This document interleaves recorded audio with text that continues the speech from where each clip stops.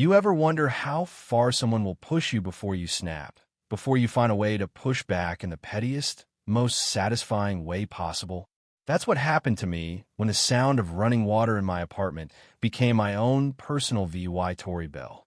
Let me take you back to the morning my dream home turned into a Lee VY-ing nightmare, and how I clawed my peace back from neighbors who seemed hell-bent on making every day a battle.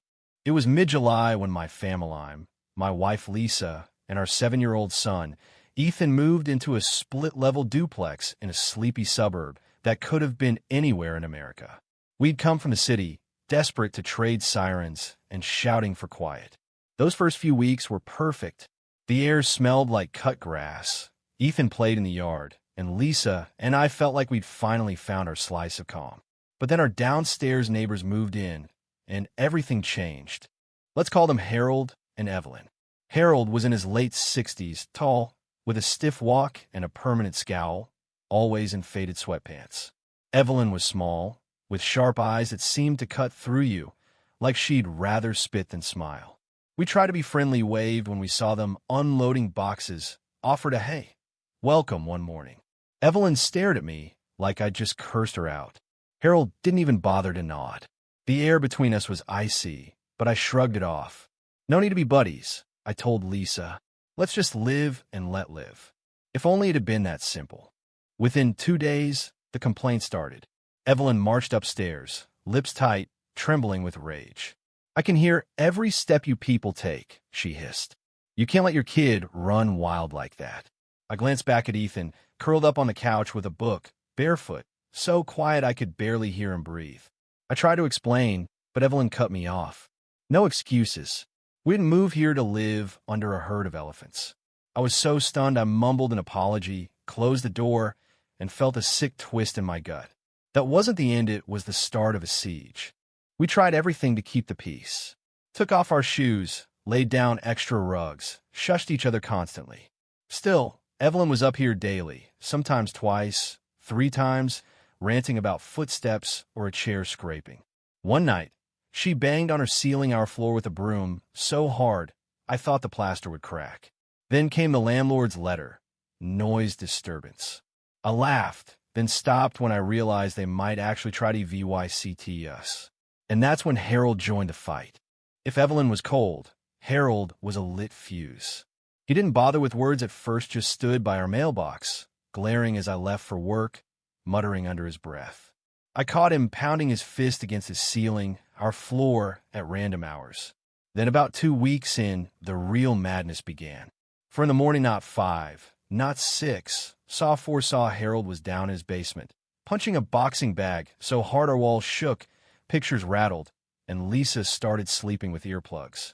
We went downstairs, hearts pounding, and tried to reason. Harold, please, can you do this later? He stared, sweat dripping, and growled, maybe if you saw were quieter, I'd sleep better. And that was that. I wish I could say I stayed calm, but I didn't. I jumped at every sound. Ethan was scared to get up at night. Lisa flinched when she dropped a fork. I got headaches, dreaded coming home. That stress, it's poison, you know. One Saturday, I ran a load of laundry at 8 p.m., thinking this can't be a problem. Wrong. Harold stormed upstairs, pounding our door, roaring, "You think you could do whatever you want just because you're upstairs?"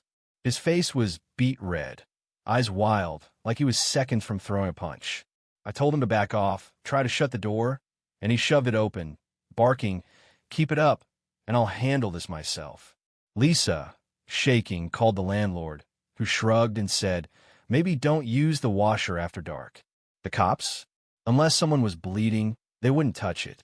We were alone, trapped in a war with neighbors who'd made it their mission to ruin us.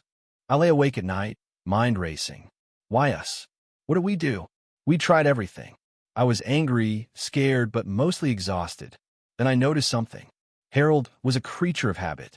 Every morning, like clockwork, for a.m., punching bag. For 30, Evelyn left for work. 4:45, Harold jogged out for a run, back by 4:55, straight to the shower. We shared a hot water tank, not a big one. Evelyn took long, scalding showers, sometimes Leah VYing me barely enough to wash my face. And that's when it hit me. Call it desperate, call it genius, I call it justice. One morning, I set my alarm for 4:50. I listened for Evelyn's car to pull out, waited for Harold's footsteps to fade as he hit the sidewalk. The second he was gone, I crept to the bathroom, turned every hot tap in the apartment to full blast, and let it run.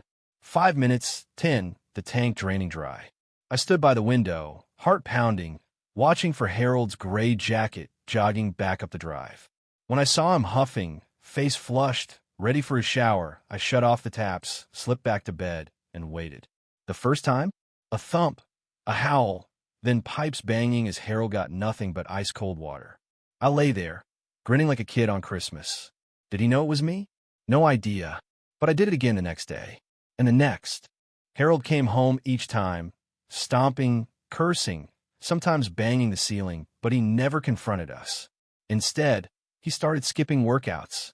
Evelyn called the landlord, whining about the water heater. Plumbers came, shrugged, nothing wrong here. The landlord asked if we had issues. Nope, works fine for us, I said, biting back a laugh. Weeks passed. Harold got quieter, moodier, his glares weaker, like he was breaking. The boxing stopped. The banging stopped. Complaints dwindled. Then, one spring day, as the trees bloomed green, an MOVing truck pulled up. Harold and Evelyn packed in Silencino goodbyes. No apologies, just gone. That first night without them, we had a real dinner. Ethan laughed, Lisa played music, and I slept through the night for the first time in months. Sometimes, I still catch myself listening for Harold's punching bag, Evelyn's sharp knock. But all I hear now is peace and the sweet hiss of a hot shower that's all mine. People might call me petty, but when someone pushes you to the edge, you push back or you break. I chose to push. So what do you think?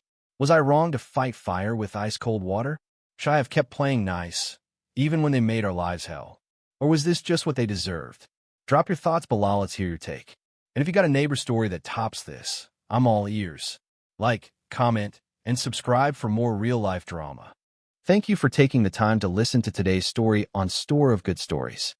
If this story touched your heart or made you think, don't forget to hit like and share the video to spread this positive message to more people.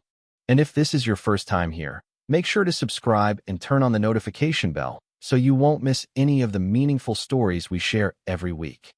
Your support is the biggest motivation for Store of Good Stories to keep bringing heartfelt and valuable stories to you. See you in the next video. Thank you for taking the time to listen to today's story on Store of Good Stories.